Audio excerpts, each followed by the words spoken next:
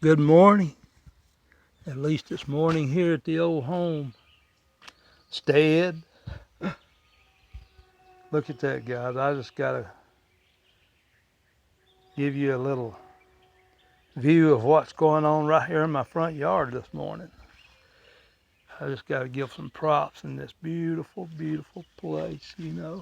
Everything's really showing out off this morning. That is, I think they call that phlox. But anyway, you can take the picture of it and take it down to your home center. But it creeps along the ground and grows like Mom used to call things like that thrift. Kind of grows in the spring times. But look at these nandinas. They'll come out that color and they'll turn off a brilliant bronzy color in the fall. And in the wintertime, we'll take sometimes those clippings, take them and put them in our flower arrangements inside for the holidays. And look at these are dwarf daylilies. Bought those several years ago, and yeah, we bought, I don't know, 5 or 6 plants at our home center. And you can divide those things up, and they will, you can just, make more plants. And these are hostas, and these hostas generally like shade. And this front yard gets a lot of sun in the morning, but in the evening times, the sun sits toward the back of the house, and it gets shade. I think they'll tolerate full sun, but not all day, just a short term. But on the other hand, this dwarf rose bush, I've had this out here several years, and you can see it's got some, I don't know, something going on there. I don't spray these roses. They like to be fertilized. They like to be sprayed for high maintenance, if you will. But yeah, I love roses, but I don't know if it's something in our soil here. We just have a hard time growing them here. But anyway, these, I don't know what these are. I've had them out for quite a while. It looks like a daisy, but I'm sure it's not a daisy. You guys who really know your flowers can tell me. These things here, Glenda's friend Elaine gave us these. She brought us some of these one time, and I know they grow quite a bit down around the coast, but aren't those beautiful? Just showing off, guys. And this, I'm thinking about painting the inside of this bird bath. It's took a lot of weathering, guys. It's fairly old, and one thing about this bird bath stuff, I don't know if you can see it here, but these cracks form in the wintertime, and that's when the water gets in there, it freezes, and it tends to crack that stuff. And I drilled a hole in the bottom of this several years ago. I don't know if you can see it or not, but that's to prevent that water from standing in there. So that's a good tip for you. But yeah, we love water features and birds. But anyway, yeah, there's a crack right there. See that happened? That crack happened in it. I don't know if you can see that or not. I'm videotaping this on my cell phone. I usually make shorts with it. But yeah, these airplane plants are looking good. Hopefully you can see this thing. But yeah, let me walk around the back. I cut this grass yesterday. Took me like 4 hours just to cut the lawn part of it, and still didn't finish it all. But anyway, let me show you something before I go around the back. But that thing there, that is probably, I don't give too many props to things, particularly when it comes to this new and improved. But I have an old electric I used to drag around the house, near the house here. But that thing there, guys, you need to get you one of those. It'll blow some dust and dirt off things. But it's probably one of the newest inventions I think they've come out with. You can get a lot of use out of that one. But I would suggest you buy an extra battery for it. It's only good for about 10-15 minutes. But yeah, here's the crepe myrtles that went to sleep. They'll drop those blooms kind of early on, and then they'll go to green. And did I say crepe myrtles? I meant the azaleas. But there's the crepe myrtles. I didn't cut them this year. I usually try to cut them every year, prune them back, but I was so busy. I just didn't have time, guys. Got too much stuff going on in my life right now. These things here, me and the ladies at work walked over one time to some abandoned lots near where I work, and those were coming up, and we decided we wanted some of those. I mean, I like that blue. That's a very unique color in the landscape. But those do well. They're a little bit invasive, but, and here's the old camellia. You know, it's funny, you see that, guys? I just want to step back and show you. It looks like it's coming out. I'm not sure. I'll probably have to prune off some of these dead branches. But yeah, see how it comes out on some of these branches that look dead? And that's because that late frost we had pretty well much killed this thing, but I'm just letting it go and seeing what happens. But as you can see, it looks like it's rejuvenating on those dead branches. There you go, and it's coming out like a bush too. I don't know. You know, you got a lot of different options in landscape that you can do. But here's the backyard. Cut it yesterday, and man, I just had to show it off today.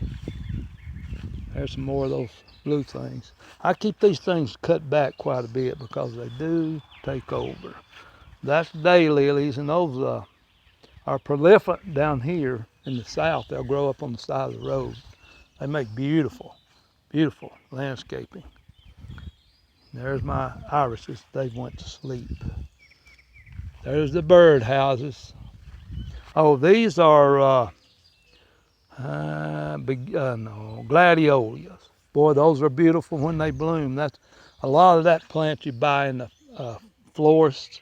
When you get a bouquet of flowers, cut flowers, they usually have glads in them. Glads for short. And that's what I call, I call it snowball bush, I forget, hydrangea. And you can put metal, nails and rusty stuff in there, and it'll turn it pink. That's what does that. Or there's this, I don't know what it is. Anyway, rust does it. Rose bushes, you see what I was telling you about these roses? They get beetles on them and all kinds of pests. I just let them go, guys. Not worth it sometimes. I don't like chemicals in my yard any more than I have to have them. That's the reason you see things like poison oak and briars in here. Because I got to where I was spraying for a while. I would put Roundup on that stuff and spray it all down every year and put all kinds of fertilizer on this grass. And I thought, well, I don't know about the fertilizer, probably don't hurt it, but I'm not going to spray for these weeds. I'll fight them back. And I usually try to pull them up right after a rain. That right there is some stuff. They call it Creeping Charlie, I think it is, and that stuff will definitely take over. We had that stuff at a house we lived in, and before we built this house, and it was over the sidewalks. It was everywhere. If you see that stuff, try to dig it up and get rid of it, guys. But you'll see this place. It's got a few weeds in it, guys. And yes, I could do better, but I can make it look like a carpet, but I'm not going to. I just don't think that's good for you. It's not good for the environment. I'm getting to be a little bit of shall we say, a tree hugger. Basically because I see all the mess that's going on in this, in the world today, all over. It seems like that plastic is one of those big things that irks me. Plastic is everywhere. We have a whole lot more plastic that we have to throw away in the trash. It never goes away. It's going to take it a while to go away. So be leery when you buy something at the store about plastic. And insist that your grocer or your store pack your bag in a paper if they got it. And this thing here, yeah, that thing here looks terrible. It needs cut down. Do not plant Bradford pears. This is what you get. Awful looking. I'm gonna have to cut that down if I can ever get to it. See, this big limb fell off. Just fell on its own in a wind. Broke off, and that was the one I got, took up on my, I was carrying it away on my Jeep. And the debris is still down in the field. I haven't done anything with it. But look at this one. Same bush, snowball bush, but this one doesn't. Totally different. See, that one's blue. We got all this stuff here. Carolina jasmine, it doesn't bloom because basically that tree covers everything up. This is an old-fashioned rose. The old-fashioned roses have so much more fragrance than the hybrids. And these are knockout roses, and you see, can't even get a knockout rose to grow here, guys. Planted some cone flowers in these little raised pots. They're not putting on very fast. Those have been planted for at least 2 weeks or more, and then they were small seedlings. And I can't wait to have one of these. This is peonies. Yes, I protect these. I don't want to hit those with anything because those are tender plants. This one's growing pretty good here, but it's in the shade. I don't know. There's one thing too I wanted to show you guys. You have to support these tender shoots because the winds, high winds we've been having will blow those things off, guys. So just put you some sort of little stick in there. And I don't know what that variegated ground cover of some sort. I think that's periwinkle. Look at those. These were Bonicas. They've just about did their number. Time to, they'll bloom profusely in early spring, and normally they'll taper off during the summer. They go into spurts, and those need to be fertilized too, but I haven't fertilized them. There's my cat. Yep. These little baskets here. I had some what do you call those things? Anyway, those. Sometimes I can't think of all the names of different plants. I was going to show you my garden, guys. Just walking on down the garden. We have yet to get any squash off those plants over there. They've got blooms all over them, but I've got some small squash on them. But there's our little patch of strawberries. I've got to get me something over here to kill those ants with. Hot water will do it. And so the turnip greens decided they want to grow a little bit since I moved that soil around. But anyway, I planted these zucchinis in there, and those zucchinis are doing fairly well. Never know about this stuff. There's my cucumbers. See there? I use these limbs off of those crepe myrtles. Those make really good supports. See, there's my first blooms. So when those things start running, I train them up this stick, and it'll grow on the fence. Hopefully we'll have some cucumbers this year. Make some of those delicious pickles. And by the way, those bread and butter pickles, oh man, those are good.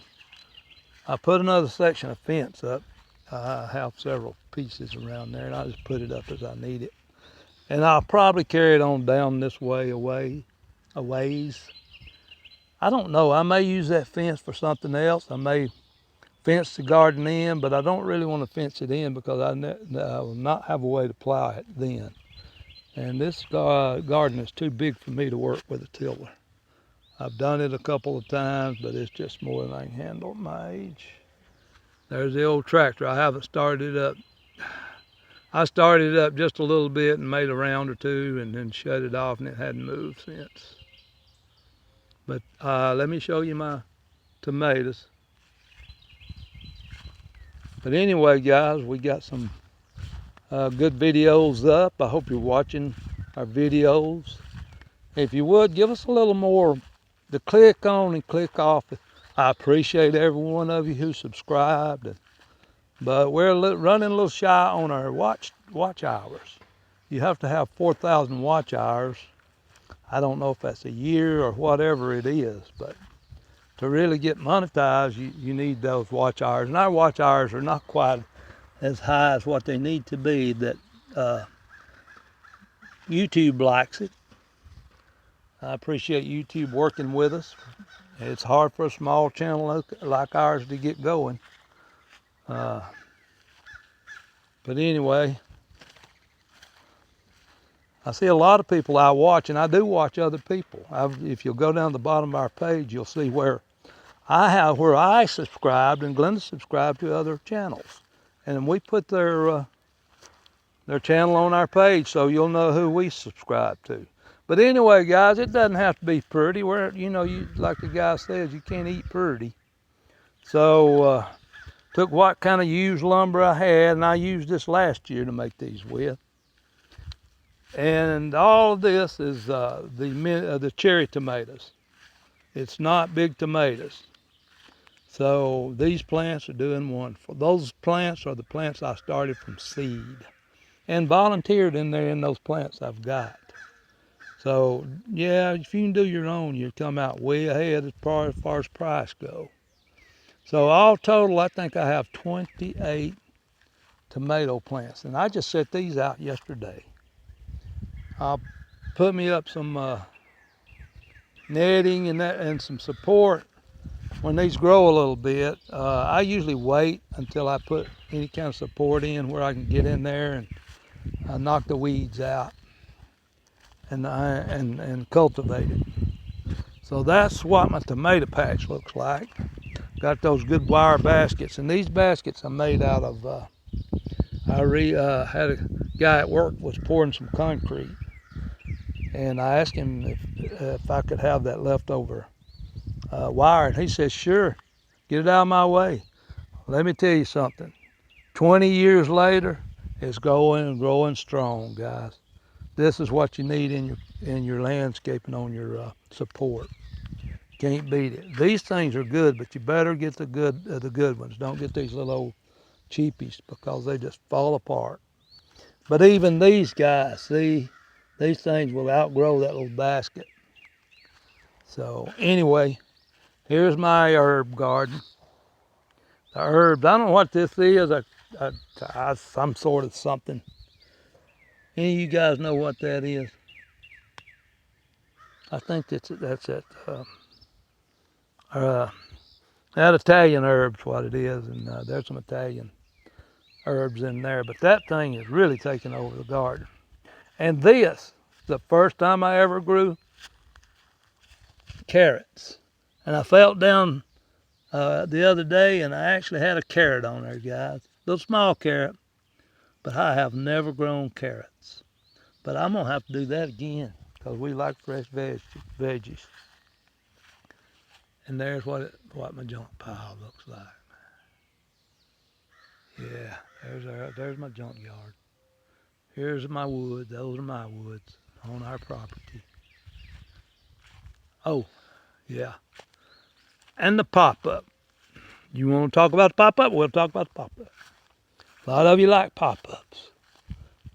I would have had a pop-up, and Glenda knows I would have had a pop-up over a camper any day. Because when you hook this behind a truck, you can hardly tell it's even back there. But this one, we used this a few years. This one set out in the weather, and this top, you unbuckle the top on that, and you have to physically pull it up. It's spring loaded in those arms, and it helps you pull the top up, but it's still a job. But we use this quite a bit. It's like an 81 model, I think it is. What is that? A Scamper. 81 Scamper. When you get this thing up, guys, you don't need any big fifth wheel or anything big. It will do well with a small family, like if you got a mom, dad, and maybe a couple of kids. It does fine. But it got the job done for us, and it would clean up fine, but it's I had a problem with it somewhere. I think a little minor problem, not much. But anyway, Glenda, the main thing about that is it didn't have a bathroom. And so I understand it needs a bathroom, ladies. So, yeah, there's the camper, the pop-up camper. We enjoyed it. But anyway, we got a lot of things around here to look at, guys. I'll show you on another one. But, yeah, it's good to, I appreciate you joining me on this walk and talk we had today. I appreciate you watching all the way through our videos. I appreciate you subscribing. I appreciate you telling your friends about it and commenting, because there's a lot of channels on YouTube now and it's hard to get noticed out there. They all got little things they do, and you know, we keep saying they're really specialized. Well, we're not as specialized as a lot of people. I mean, if all we had to do is walk around the yard, it'd get boring a little bit, not even for you, but it'd get boring for us.